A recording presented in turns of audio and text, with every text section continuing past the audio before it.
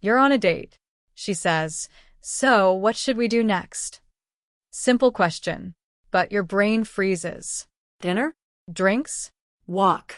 What if she doesn't like the plan? What if you choose wrong? You hesitate. You say, I don't know. What do you feel like? She shrugs. Energy drops slightly. Nothing dramatic, but something subtle shifts. Now imagine a different scene. You decide. Let's grab a drink down the street. I want to show you something.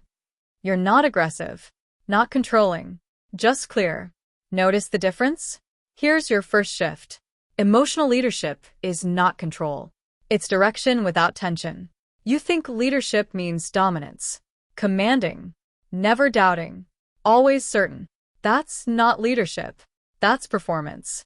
Real leadership is calm decision-making, even when you're not 100% sure. Now, let's zoom in. When you hesitate, she feels uncertainty. When you overcompensate with control, she feels pressure. Both lower attraction, because emotional safety comes from steadiness, not extremes. Now picture this visually. Two men at dinner. Man A says, whatever you want is fine. Man B says, I'll choose this place. If you hate it, I'll take full blame. Playful, decisive, relaxed. Which one feels grounded? Exactly. Here's the second shift. Leadership is not about being right. It's about being responsible for direction. You fear making the wrong move, so you avoid choosing. But avoidance communicates insecurity, and insecurity erodes polarity. Now, let's add humor. You're not afraid of picking the wrong restaurant. You're afraid she'll silently judge your taste and demote you in her mental rankings. Relax. It's pasta, not a presidential decision. Now here's something deeper. You want certainty, but certainty comes after action, not before it. You're waiting to feel confident before you lead. But confidence is built by leading imperfectly. Here's the third shift. Emotional leadership is calm energy under uncertainty. It's saying, here's the plan, and adjusting if needed, without spiraling. Now imagine a conflict arises. She says, I don't feel prioritized. Instead of shutting down or arguing, you say, okay, let's fix that. Here's what I'll do. No drama. No ego. Just direction. That builds trust.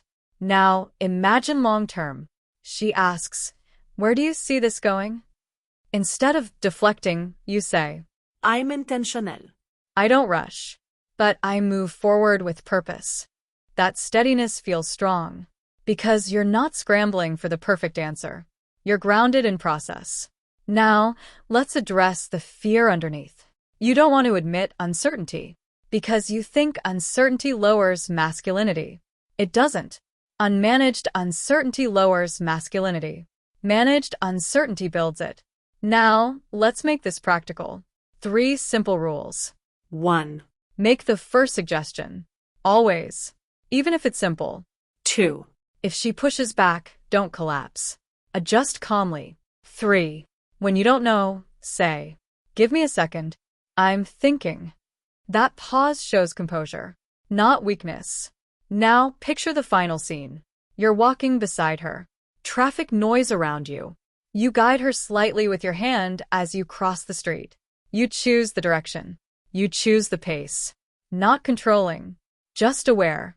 She relaxes, because she doesn't feel like she has to carry the emotional direction alone.